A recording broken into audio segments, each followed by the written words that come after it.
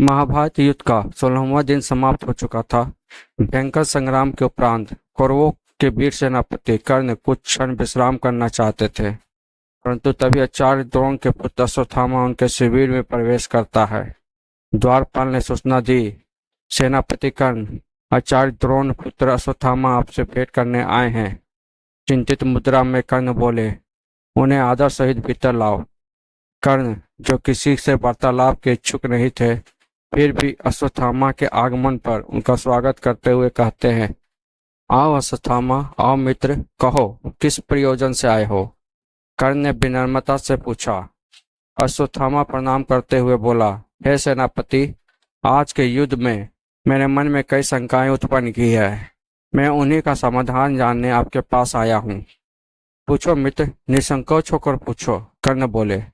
अश्वत्थामा ने धीमे स्वर में कहा, आज युद्ध में आपका पराक्रम अद्भुत था।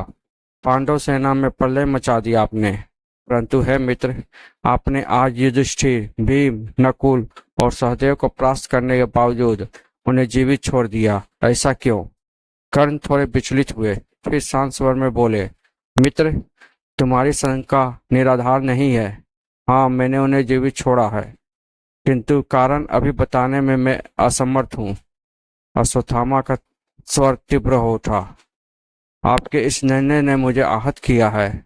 मेरे पिता आचार्य द्रोण और गंगा पुत्र भीष्म पांडवों का वध नहीं करना चाहते थे, ये हम सब जानते हैं, परंतु आपसे तो उम्मीद नहीं थी। आज आप युद्ध का निर्णय दुर्योधन के पक्ष में कर सकते थे, परंतु आपने अवसर खो दिया। कर्ण ने उत्तर दिया, मित्र, नारायण पांडवों के पक्ष में है, उनका वध करना इतना सरल नहीं है। मैंने चारों पांडवों को परास्त किया, पर उन्हें जीवन दान दिया, परंतु क्यों, इसका उत्तर मैं अभी नहीं दे सकता। अश्वत्थामा की आंखों में क्रोध था। तो क्या यही आपकी निष्ठा है? क्या आप दुर्योधन के साथ अन्याय नहीं कर रहे हैं? इतिहास भी आपसे यही प्रश्न पूछेगा। यदि दुर्योधन पराजित हुआ तो इसका कारण आप होंगे। कर्ण बोले, तुम अपने पिता की मृत्यु से आहत हो अश्वत्थामा, परंतु चिंता मत करो, कल का युद्ध निर्णायक होगा।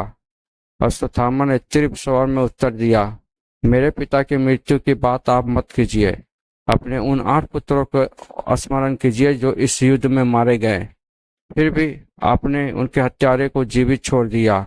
मैं अश्वत्थामा, ब्राह्मण पुत्र, अपने पिता के हत्यारे को कभी क्षमा नहीं करूंगा और पहला अवसर मिलते ही उन्हें मृत्यु लोक भेजूंगा।